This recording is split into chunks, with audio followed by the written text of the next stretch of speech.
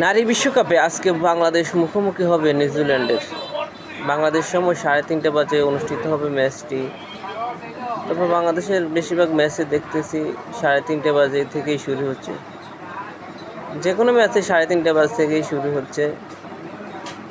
তো বাংলাদেশ দুর্দান্ত বোলিং করছে এবারের বিশ্বকাপে, যদিও তাদের ব্যাটিং ব্যর্থতা।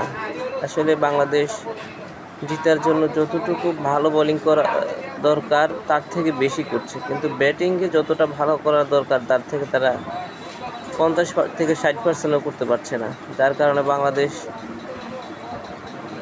পারতেছে না এই বিশ্বকাপে জয় পেতে। যদিও প্রথম ম্যাচে বাংলাদেশ জয় পেয়েছে, দ্বিতীয় ম্যাচে বাংলাদেশ দুর্দান্ত বোলিং করেছেন এবং শেষ মুহূর্তে ব্যাটিং ব্যর্থতার কারণে বাংলাদেশ ম্যাচটা হেরেছে। এখানে রেফারিরও কিছু ভূমিকা আছে বিতর্কিত, যার কারণে বাংলাদেশ হেরেছে। তো আজকে বাংলাদেশ কেমন করবে আপনারা মতামত জানাতে পারেন। আশা করি বাংলাদেশ ভালো করবে এবং জয় ছিনিয়ে আনবে। ধন্যবাদ সবাইকে।